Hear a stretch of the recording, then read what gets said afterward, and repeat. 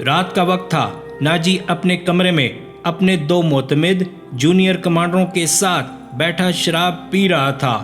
2 ناچنے والیاں سازوں کی ہلکی ہلکی موسیقی پر مستی میں آئی ہوئی ناگنوں کی طرح مسحور کن اداؤں سے رقص کر رہی تھیں۔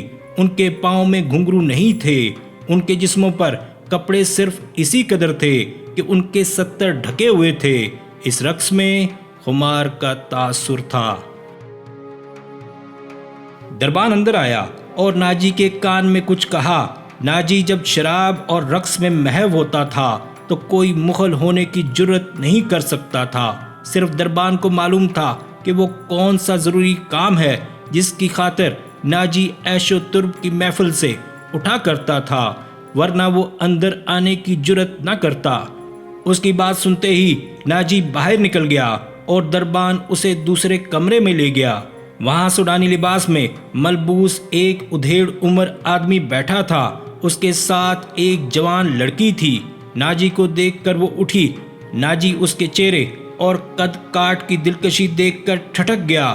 وہ عورتوں کا شکاری تھا، اسے عورتیں صرف اپنی عیاشی کے لیے درکار نہیں ہوتی تھیں، ان سے وہ اور بھی کام لیا کرتا تھا، جن میں ایک یہ تھا کہ وہ نہایت خوبصورت اور عیار لڑکیوں کے ذریعے بڑے بڑے افسروں کو اپنی مٹھی میں رکھا کرتا تھا، اور ایک کام یہ بھی تھا کہ وہ انہیں امیروں وزیروں کو بلیک میل کرنے کے لیے استعمال کرتا تھا، اور ان سے وہ جاسوسی بھی کراتا تھا۔ جس طرح قصاب جانور کو دیکھ کر بتا دیتا ہے کہ اس کا کتنا گوشت ہے، اسی طرح ناجی لڑکی کو دیکھ کر اندازہ کر لیا کرتا تھا کہ یہ کس کام کے لیے موزوں ہے۔ لڑکیوں کے بیوپاری اور بردہ فروش اکثر ناجی کے پاس مال لاتے رہتے تھے۔ یہ آدمی بھی ایسے ہی بیوپاریوں میں سے لگتا تھا۔ لڑکی کے متعلق اس نے بتایا کہ تجربہ کار ہے، ناچ بھی سکتی ہے، اور پتھر کو زبان کے میٹھے زہر سے پانی میں تبدیل کر سکتی ہے۔ ناجی نے اس کا تفصیلی انٹرویو لیا۔ وہ اس فن کا ماہر تھا۔ اس کے مطابق اس نے لڑکی کا امتحان لیا اور اس نے یہ رائے قائم کی کہ جس کام کے لیے وہ ایک اور لڑکی کو تیار کر رہا تھا، اس کے لیے یہ لڑکی تھوڑی سی ٹریننگ کے بعد موزوں ہو سکتی ہے۔ سودا طے ہو گیا۔ بیوپاری قیمت وصول کر کے چلا گیا۔ ناجی لڑکی کو اس کمرے میں لے گیا جہاں اس کے 2 ساتھی رقص اور شراب سے دل بہلا رہے تھے۔ اس نے لڑکی کو ناچنے کے لیے کہا۔ لڑکی نے جب چگا اتار کر جسم کو 2 ہی بل دیے تو ناجی اور اس کے ساتھی تڑپ اٹھے۔ پہلی دونوں ناچنے والیوں کے رنگ پیلے پڑ گئے۔ اس نئی لڑکی کے سامنے ان کی قدر و قیمت کم ہو گئی تھی۔ ناجی نے اسی وقت محفل برخاست کر دی اور اس لڑکی کو اپنے پاس بٹھا کر سب کو باہر نکال دیا۔ لڑکی سے نام پوچھا تو اس نے زکوئی بتایا۔ ناجی نے اسے کہا، زکوئی، تمہیں یہاں لانے والے نے بتایا تھا کہ تم پتھر کو پانی میں تبدیل کر سکتی ہو۔ میں تمہارا یہ کمال دیکھنا چاہتا ہوں۔ وہ پتھر کون ہے؟ زکوئی نے پوچھا۔ نیا امیر مصر، ناجی نے جواب دیا۔ وہ سالار اعظم بھی ہے۔ صلاح الدین ایوبی؟ زکوئی نے پوچھا۔ ہاں، صلاح الدین ایوبی، ناجی نے جواب دیا۔ اگر تم اسے پانی میں تبدیل کر دو تو اس کے وزن جتنا سونا تمہارے قدموں میں رکھ دوں گا۔ وہ شراب تو پیتا ہوگا؟ نہیں، ناجی نے جواب دیا۔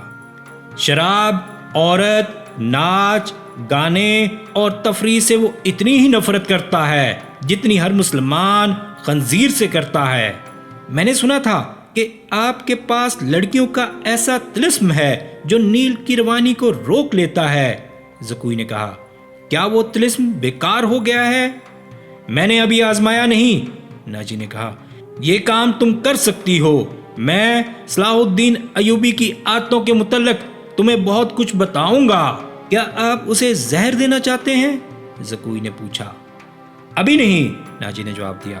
میری اس کے ساتھ کوئی دشمنی نہیں، میں صرف یہ چاہتا ہوں کہ وہ ایک بار کسی تم جیسی لڑکی کے جال میں پھنس جائے، پھر میں اسے اپنے پاس بٹھا کر شراب پلاؤں گا اگر اسے قتل کرنا مقصود ہوتا تو میں یہ کام حشیشین سے نہایت آسانی سے کرا سکتا تھا۔ یعنی آپ اس کے ساتھ دشمنی نہیں، دوستی کرنا چاہتے ہیں، زکوئی نے کہا۔ اتنا برجستہ جملہ سن کر ناجی چند لمحے لڑکی کو دیکھتا رہا، وہ اس کی توقع سے زیادہ ذہین تھی۔ ہاں زکوئی، ناجی نے اس کے ملائم بالوں پر ہاتھ پھیر کر کہا، میں اس کے ساتھ دوستی کرنا چاہتا ہوں، ایسی دوستی کہ وہ میرا ہم نوالا اور ہم پیالہ بن جائے۔ آگے میں جانتا ہوں کہ مجھے اس سے کیا کام لینا ہے، ناجی نے کہا اور ذرا سوچ کر بولا، لیکن میں تمہیں یہ بھی بتا دینا ضروری سمجھتا ہوں کہ ایک جادو صلاح الدین ایوبی کے ہاتھ میں بھی ہے۔ اگر تمہارے حسن اور ناز و انداز پر اس کا جادو چل گیا تو میں تمہیں زندہ نہیں رہنے دوں گا۔ اگر تم نے مجھے دھوکہ دیا تو تم ایک دن سے زیادہ زندہ نہیں رہ سکو گی۔ صلاح الدین ایوبی تمہیں موت سے بچا نہیں سکے گا۔ تمہاری زندگی اور موت میرے ہاتھ میں ہے، تم مجھے دھوکہ نہیں دے سکو گی۔ اسی لیے میں نے تمہارے ساتھ کھل کر باتیں کی ہیں، ورنہ میرے رتبے اور حیثیت کا آدمی ایک پیشہ ور لڑکی کے ساتھ پہلی ملاقات میں ہی ایسی باتیں کبھی نہیں کرتا۔ یہ آپ کو آنے والا وقت بتائے گا کہ کون کس کو دھوکہ دیتا ہے، زکوئی نے کہا۔ مجھے یہ بتائیے کہ صلاح الدین ایوبی تک میری رسائی کس طرح ہوگی؟ میں اسے ایک جشن میں بلا رہا ہوں، ناجی نے کہا۔